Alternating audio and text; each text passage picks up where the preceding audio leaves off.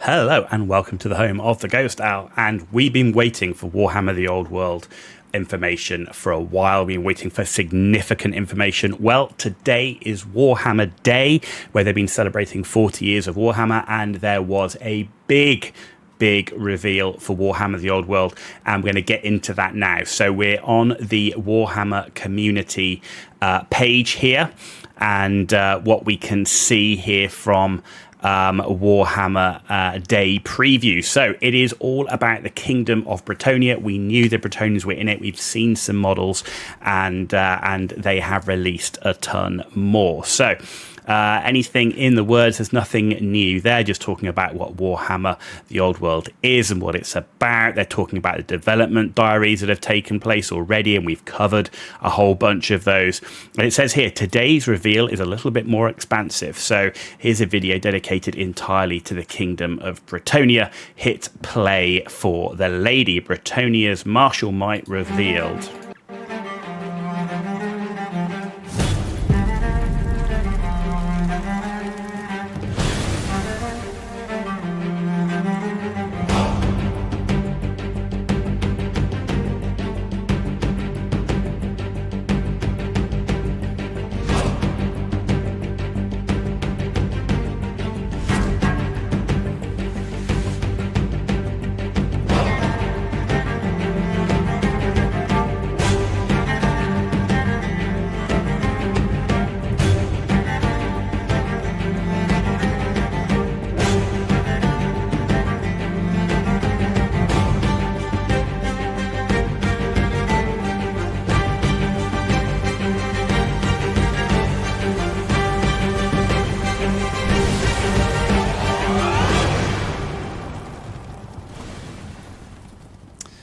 The heroes of Bretonnia ride again. That's fantastic for me as a big Bretonian player. I've got tons of knights and men-at-arms, peasant bowmen, Pegasus knights and all sorts. So that's great for me to see it. A lot in that video. Some I recognise, some looks new. So without further ado, let's have a look and see what they are talking about. So the important thing here, what does it say? First up, our new plastic kits. So we've seen some resin stuff, but this is confirmation, new plastic kit that we have not seen before. So first up, a Lord on Pegasus. In reality, that's a Bretonian Duke. Well, from what we can see from the miniature here, actually looks pretty good. It gives me a bit of a reminiscent flavour that we saw from Elise Ducard earlier on in terms of the way that the horse is done, but you can see they're very muscular style horse, but it is a Pegasus in fact, and looks a really nice centerpiece model. I do like the fact that we do have a Lord that can fly. Previously you had a Bretonnian Lord on a horse. It did limit them somewhat. This the Lord needs to be out there providing his buffs, his auras, and getting into combat around the battlefield. So seeing a Lord on a flying mount is great. And overall, from what I can see with the image, I actually like the look of this miniature. This looks dynamic, and the detailing looks fantastic. And yes, it's plastic, guys. So those that were worried, and myself included, that these would be only resin miniatures, certainly we thought we might get obviously the plastic infantry from the kits from before, but we'd only seen like resin characters. So to see this one, clear confirmation of plastic characters. Why is that so important? It's not about the modeling of it, because you can learn how to work with resin. I have many resin Forge World models and they're excellent, though they can be weighty and brittle if you drop them. It's more about the cost, and one of my big concerns was that the Old World would end up pricing too many people out of the market due to the availability and cost of the miniatures. Whereas when you've got plastic miniatures, we've seen, hey, Games Workshop isn't the cheapest thing out there, but the difference in cost between resin and plastic is massive. If you want to have a look at those differences, go and look at what the cost of an original Leviathan or Derrideo Dreadnought was in resin, and look at how much the new plastic kits cost, and it is a marked difference in price. And when you add that up across a whole army, that could be unaffordable for a lot of people. So that's why plastic is a big deal for me. It's not about working with the resin, It's predominantly around the cost, but it is still weighty. So if you've got lots of resin, it's heavy to carry around. Potentially, it's particularly if you're traveling, maybe on airplanes or whatever to tournaments, and also it can be brittle if you drop it. But for me, the predominant thing is around the cost, because to have this game succeed, it needs a good player base, and that is predominantly around people being able to afford these armies.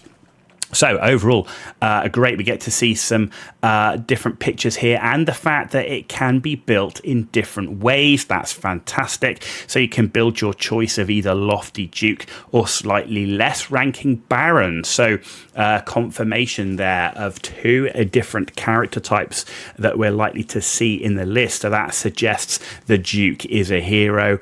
A lord is a lord. Is the Baron going to be a Lord, or is he going to be a hero? But it does say slightly less ranking, so this could be your sort of your hero level character. But great that you get to see both.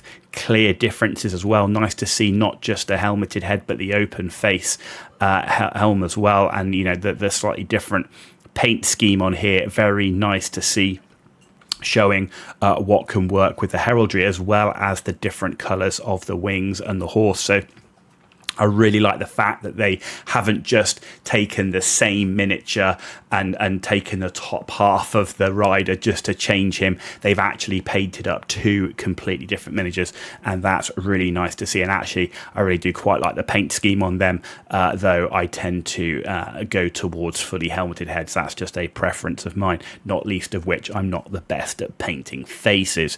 But yeah, really, really like this miniature in plastic as well. Now, we saw a battle standard bearer before, but that was in resin. This one is also plastic, so it looks like whether this is actually part of the same kit, looks like it quite well could be. If you look at the posing on the horse, looks like the same one, so it might well be a dual kit. I'm a big fan of dual kits as well, so that's great.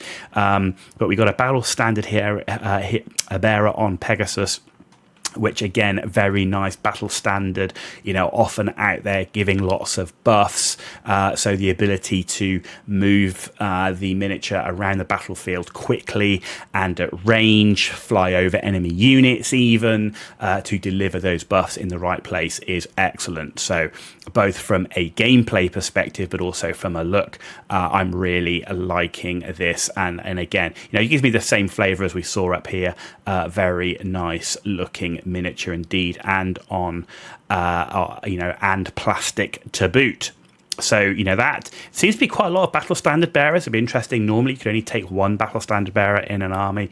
It'd be interesting to see if if there's a reason to take more. You can take more. As it says there, they've reeled one on foot, one on horse, and this is the one on Pegasus. So we've now got one of each, which is very nice. Good flexibility in terms of how you want to build your army. Next up, though, the thing I'm probably most excited about here, which is Knights of the Realm on foot. Wow, fantastic. I think, clamoring right back, people have wanted Knights on foot. If you're a fan of some of the more historical games, whether it's Saga or some of the others, some of the Deus Vault miniatures, for example, they've had crusading knights essentially on foot, and these are Knights of the Realm. So, they were only ever seen on horseback. Now we've got Knights of the Realm on foot. And I have to say, from the images here, again, I really like the look of them. Cosplaying a Bretonian and Grail Knight, I know full well that those helmets with the designs on top are completely unusable and unwieldy. However, this is Warhammer Fantasy, and for me, they look cool. It's a nice looking banner with the lady there holding the grail inside what looks some sort of church or temple affair. This is quite reminiscent actually of a sort of Teutonic style and a knight's design as opposed to actually on the helmet. And I do like the fact that we've got open face helmets here. We've got closed great helm style helmets here, and we've also got helmets with open visors. I really love the open visor style of the helmet. It really gives you that sort of individuality, which is what I think Knights of the Realm should be. It's interesting that for the sort of the more modern flavour of Bretonnians we start to see here, which is unified heraldry. In the past, you could see knights with multicolored heraldry. Here I actually quite like the modern take, which is a unified color scheme, which I think helps to unify the army a lot more. So personally I like that, and I'll be doing that myself, probably with a blue and yellow or a blue and white. My cosplay actually on a Bretonnian Grail Knight is blue and white, so we'll see how that looks, but definitely a blue in there, and say either yellow or white or a mix. But yeah, really liking the look here. Really liking the look. These are great. And again, finally giving some sort of anvil tough style infantry block unit. You know, men at arms, they're okay, but they're basic line infantry. You know, they're not the best fighters in the world. And to be able to have a unit which looks like it will be able to go toe to toe with some of the heavier armored or tougher infantry units out there. You know, I'm thinking Chaos Warriors, you know, we're thinking Tomb Guard, for example, you know, those sort of, you know, if we think sort of Phoenix Guards, Sword Masters, you know, we look at some of the armies that we know are going to be, you know, in Warhammer The Old World that are going to be getting miniatures. So really cool to see Knights of the Realm on foot. For me, and you know, it's the best unit of the reveal. I love the look, and I really like the fact that this is a brand new unit in the army roster, and really goes to show that we're not just getting, you know, some rehashed army lists and books from the past. There is you know, definitely a newness to it. And you can see here again we've got different weapon options. So you can see here we've got very much the typical sword and board units. They're going to be obviously slightly more durable, but here we've got a unit with great weapons, great axes indeed, by the looks of it.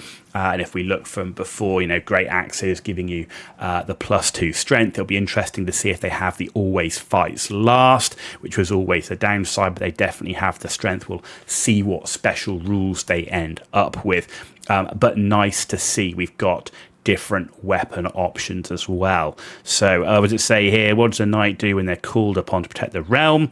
But the noble steed is having its hooves reshod. They slog into battle. So diverse kit of heavily armored warriors with two-handed great weapons or swords and shields. So yeah, really cool. My favourite of the releases without a doubt. So what else do we have here? Well, we can see more. We've got more here. So the kit's very flexible. Heads and arms can be used on any torso, which is great, but you know, pretty typical of most plastic kits these days. You can add oodles of character to each noble knight. The arms and heads also present an opportunity for you to spruce up any returning knights, which is a good point. You know, it's a good point. If you want to spruce up any of your existing army, maybe you want to do some head swaps, maybe even your Knights of the Realm, for example, or, you know, there's other miniatures out there that you might want to, you know, even some of your older lords, you want to make them stand out a bit more. Actually, this could be quite a nice kit to use for kit bashing on those older models. So that is good.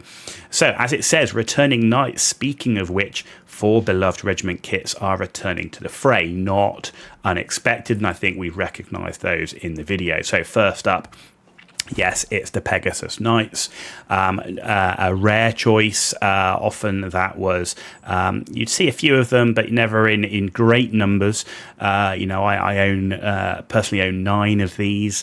So, you know, essentially you've got flying cavalry, right? So flying heavy cavalry in reality, which is great. It says the ultimate status symbol of Bretonnia. It was, as I say, they were a rare choice. These airborne cavaliers are swift and deadly combatants that are perfect for tackling exposed flanks, which they are. That their mobility on the charge with lances, they can be quite devastating.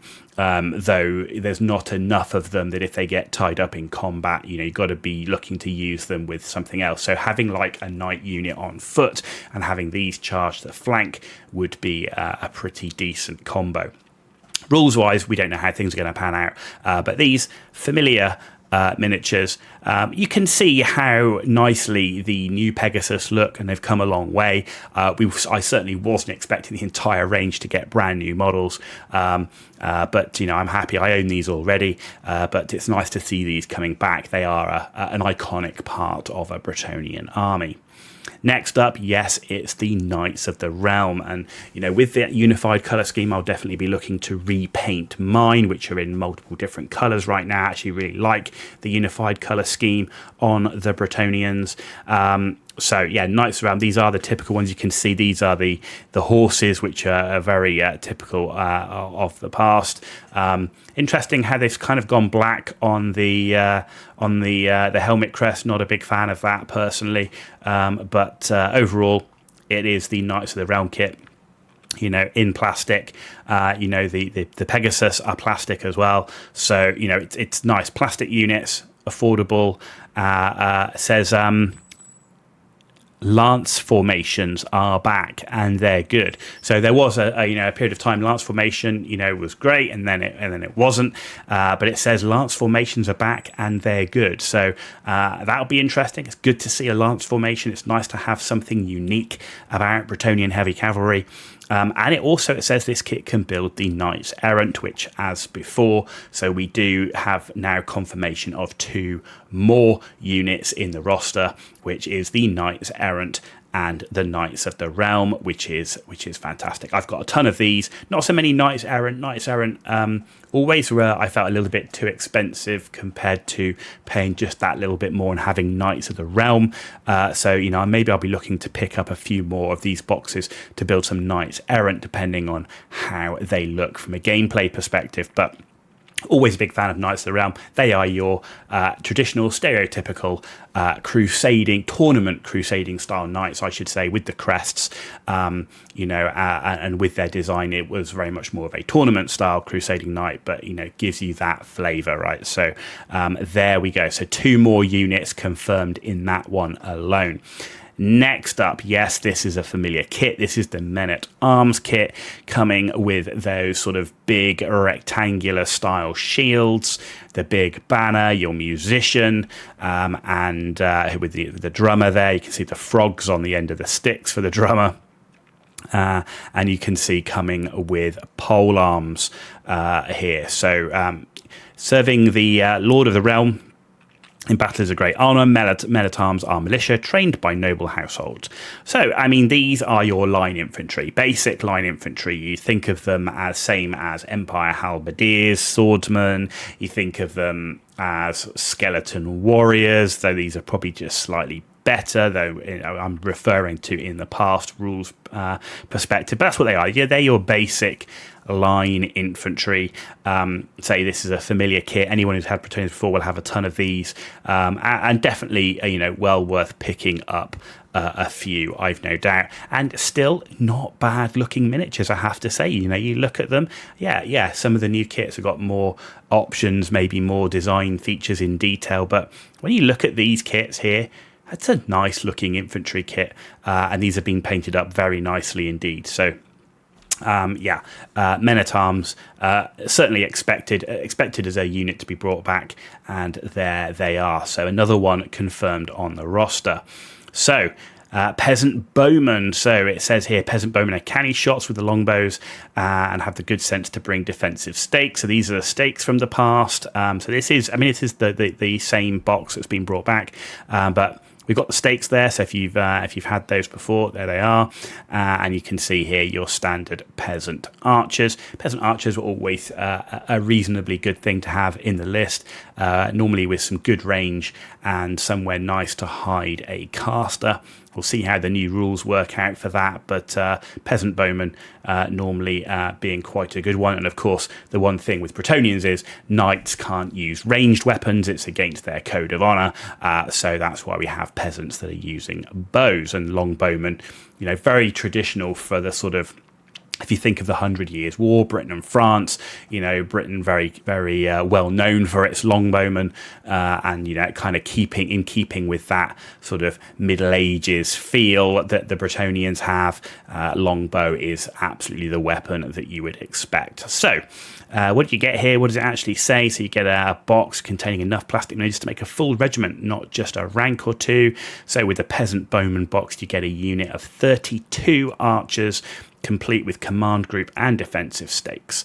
That's interesting. So it says 32 in the Peasant Bowman box.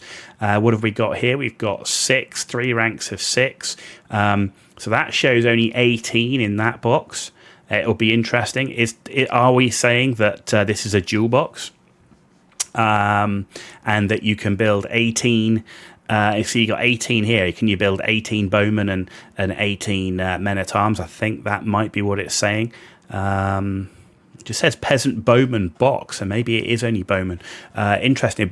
We'll see. So only 32 miniatures in a box, and it'll be interesting to see what the price points are, but all plastic. So that covers everything that we've seen so far. That is plastic on the review today. But there is some resin also to come. So as revealed previously, there's a selection of brand new resin characters, including one you haven't seen before. So here is our damsel. So magic in Bretonia's preserve of the women who as children are abducted by the Fey Enchantress. When they return, they are trained into powerful sorcerers who can smite their foes, bless their allies with little more than a simple gesture. Nice looking damsel, I have to say. I mean, yeah, the paint job on it is very nice. I love how they've done the flowers here. But this oozes classic damsel. If you go and look at some of the old miniatures, there's definitely you can see it's a Bretonnian damsel. I mean, it's just there. But I have to say, looks rather nice. Maybe it's the paint scheme on it as well that really suits it. The marbling here on the staff. I love these sort of pale greens. Not the easiest to do, but there's a sort of pale green here into the green on the cloak. Very, very, very nice looking. We'll have to see how weighty it is as resin. A small miniature like this shouldn't be very heavy, though long staffs had a habit of snapping, and tall miniatures that are just connected here with a lean to them did have the issue of being a little bit top heavy and toppling over. And so you would have to put some sort of weighting with glue and either some sort of metal or something in the base just to give it a heavier base to stop it toppling over. So that would be my one concern looking at this, is how stable is the miniature, how durable is the staff. It does look reasonably thick, but difficult to see until you see it in the flesh, of course. But that's something that always we'll have to think about when it comes to the resin. But overall, nice looking miniature, and I have to say I'm really, really impressed with the paint job. It absolutely suits that miniature indeed.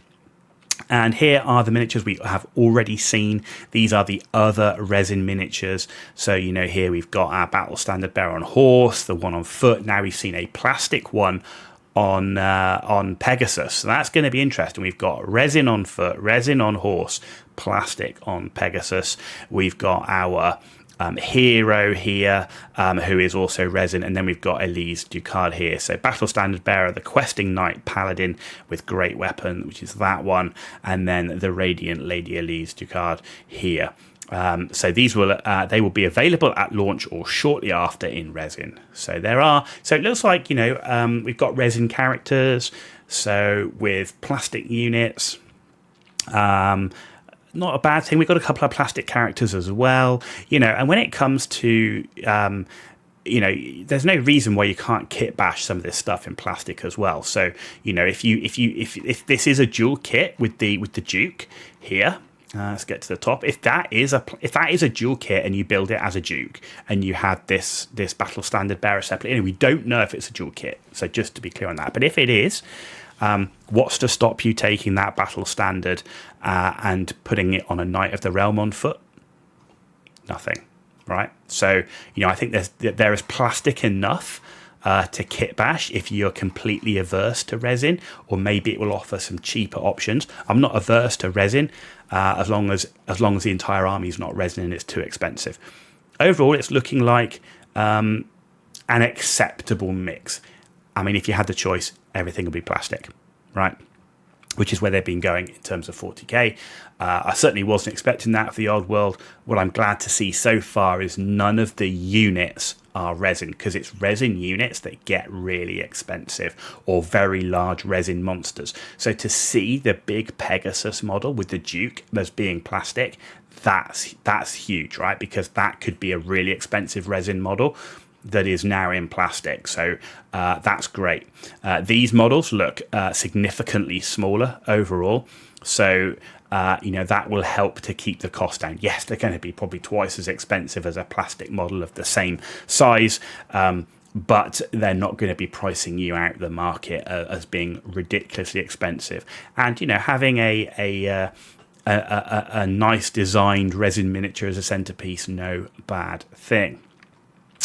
However, what do we have here? We have the Field Trebuchet. Now, that does look pretty much identical to the original one. The original one, however, was metal. Yes, it was. It was a heavy old beast.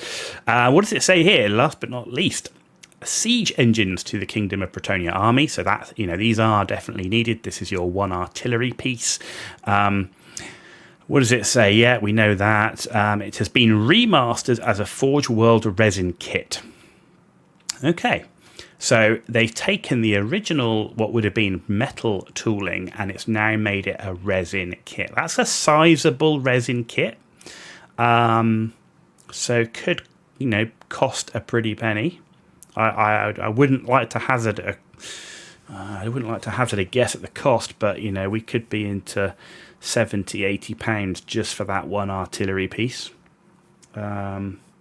So these still aren't, it was never going to be the cheapest thing to get back into, but a resin trebuchet, bit of a shame, I have to say. But when they're looking at, they don't know the size of the player base right now. Plastic tooling is expensive, and you need to make a lot of kits to get money back compared to resin. So, and we're talking on an industrial scale as opposed to 3D printing and all that sort of thing. Though, that still quite well could be an option for people if you don't want to go down that road. Though, bear in mind, if you're going to tournaments that are organised by Games Workshop, you would need or you're playing in Games Workshop stores, you will need Games Workshop official miniatures. If you're just playing with your friends, local gaming club, or non-GW tournaments, and the organisers say it's okay, then obviously 3D printing and stuff is also the way to go. But overall, at least we have a Field Trebuchet coming back. Shame it's in resin, but how many Field Trebuchets will you sell compared to your infantry boxes? Remains to be seen. Okay, so alongside these new and returning kits, which form the bulk or entirety of your force, there will be a selection of returning metal heroes and specialist units that will be available to order direct from Games Workshop. Okay, so this section here, so there's going to be returning models and special units coming back. What am I thinking here? Grail Knights, Questing Knights, there's damsels, there was dukes on horses, there's a whole host of other miniatures there. And in fact, I will be doing a video as part of my Old World series on Bretonnia next. I've been incredibly busy with work and real life, but there is a Bretonnian one coming. So we'll take a look as we go through that Bretonnian book based upon what we know today. I think the interesting thing here is available to order direct from Games Workshop. That suggests it's web store only. Is it going to be made to order? And the issue with made to order, there's been a limited window, right? So I'd like to think it's not going to be made to order. But we'll see. I'm, again, not averse to metal. It's weighty, but it is robust. And, the metal hasn't been crazy expensive in compared to resin either. So, not totally against having metal. I think the interesting thing for me is who's coming back, what's coming back, what's the cost, and is it coming back to be available to buy at any point, or are these going to be made to order, which I definitely hope not.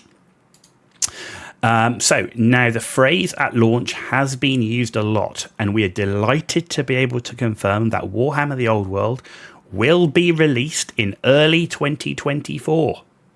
So there you go, guys. We finally have as close to a date as you're going to get. That tells me early 2024. That's Q1 2024. So that's sometime between January and March, which is great. We now have a time frame for this. That's absolutely fantastic. Everyone's been talking. Is it this year? Is it next year? We got Christmas. With you got the epic Horus Heresy game coming as well. I don't normally release two specialist games that close together. So there's been delays as well. We've seen lots of shenanigans happening with Games Workshop warehousing and storage. But we have a date. That date, it's early 2024, Q1 2024. So by March is my guess. As we get closer to release, we'll be revealing more details of this game, Fantasy Battles in the World of Legend, okay, and revealing plenty of exciting things, including miniatures and books. So we can expect in the run-up to Christmas more and more articles, and I suspect once we've got through that Christmas period, we're going to start seeing an outpouring of irregular information on the old world in that sort of as soon as we've got through Christmas and into the new year. That's when I'd expect a real large amount of content to be posted out on the Warhammer community site. Also of interest, the official Warhammer The Old World website will be going live on Monday. So keep an eye out there for more information on the lore and landscapes of the old world as we get closer to release. So Monday, we get a Warhammer The Old World website. We'll be coming back. We'll be taking a look at that website, seeing what's on there, seeing what's said, and having a look through it. So keep an eye out for that next content video as well. And what else have we got here? So you can stick with Warhammer Community for the Old World information as it comes to light and head back to the Warhammer Day preview. Okay, great. So what they haven't actually said here is they did say that by the end of the year in the live stream, so they haven't said it here, in the live stream, if you've watched it, and if you haven't, see if you can go back and watch it. They said that we would have more details of another release army prior to the end of the year. So we're going to know about another faction before the end of the year. Now, it'll be interesting to see in terms of release. Are we going to have single army faction boxes as part of the opening release? Or is it going to be a dual box with two forces? Which is the traditional way of doing it, if you look at starter boxes for Age of Sigmar, Warhammer 40k. But then when you look at the Horus Heresy, you get like an army in a box, right? Now, the difference being is the army in a box with Horus Heresy is you can paint it whatever colour you want, and you've got different factions, right? And you can't do that with Warhammer Fantasy. So it'd be interesting for me. I haven't quite made up my mind. Are we going to get like a starter box with two armies? That's the classic, right? That's what the old Warhammer Fantasy was. Or are we just going to get a Bretonian box, and then what these other boxes are going to be? If I had to guess what the army faction is going to be, they're going to release, and it is a guess, I have no idea. If I had to guess, I'd say it's Tomb Kings.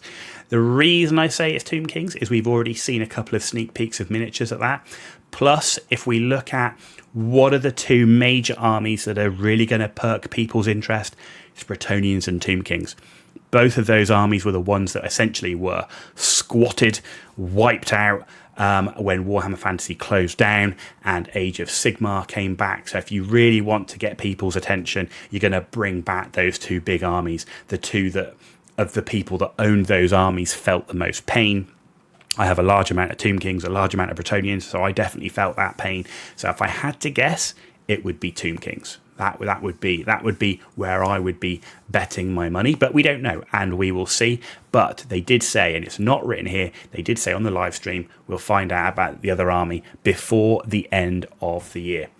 So there you go, ladies and gentlemen. We have seen a whole host of new things. We now have a good idea of the bulk of a Bretonnian army list. So, you know, we've got Lord on Pegasus, we've got a Baron on Pegasus, we've got a battle standard bearer on Pegasus, we've got knights on foot, we've got Pegasus knights, knights of the realm, and knights errant, men at arms, peasant bowmen. We've got a handmaiden. We've got a questing knight paladin. We've got two more battle standard bearers. We've got a named character who's clearly a very high ranking damsel. And we've got the field trebuchet. If you think the two main units that stick out for me that we still know nothing about are the Grail Knights and the Questing Knights. Yes, there are other units in the book. We haven't heard anything about the Green Knight or anything like that. But the ones that really stick out for me and what I think about in my collection: Questing Knights, Grail Knights. I cosplay a Grail Knight, so I'm particularly interested to see where that's going. My guess is that the Grail Knights, which were metal on plastic horses, and the Questing Knights, which were metal on plastic horses, are the returning specialist units that are mentioned here. Mainly because they fit in the special and rare categories. You didn't take as many of them, so they're not the big massed units that you see with some of the others. But that's where my guess where they are. But those are the ones, you know, there's all sorts of characters and things like that. But for me, in terms of units, it really is Grail Knights, Questing Knights are the ones that really stick in my mind, as we'll be interested to see what's coming there, and also who the returning metal heroes are going to be. That will be interesting as well. So I hope you've enjoyed. That brings us to the end of the Warhammer Day preview reveals for Warhammer The Old World. I think it's been a huge day. This is probably the largest reveal we've seen so far, certainly in terms of miniatures. We have the bulk of an entire army's roster, not everything, but the bulk of it, and we have a date in the sand. We have a period of time for release, which is fantastic, and that's huge. Probably the biggest thing of discussion next to base sizing has been, when will this be released, and now we have excellent indications. I hope you enjoyed the video. If you did, give it a thumbs up. If you didn't know, give it a thumbs down. Let me know why in the comments down below. And as always, if you want to see more content, please hit that subscribe button. It means a lot for me. It's free for you to do, but it's absolutely massive for me in terms of continuing to do this content. I'm doing my best to get out as much content as I can, but I'm in the process of moving house, moving country, getting married, traveling away with work, and spending time with family. So I'm juggling it all around, but we are trying to get the content out there, so do keep an eye on the YouTube channel. I'm in the process of continuing my Warhammer The Old World series, where we are looking at the 8th edition books to give us an idea of what units we might see in the Old World and the flavour of how they might play, accepting that the rules will be different. So it's more about, you know, if this unit was heavy infantry, they're likely to be heavy infantry in Warhammer The Old World. So do keep an eye out for those. Bretonnia is next. So I'm in the process of doing Bretonnia right now, and also the Vampire Count. So those will be the next two series in my Warhammer The Old World feature. You've been watching The Ghost Owl, and I'll see you all very, very soon.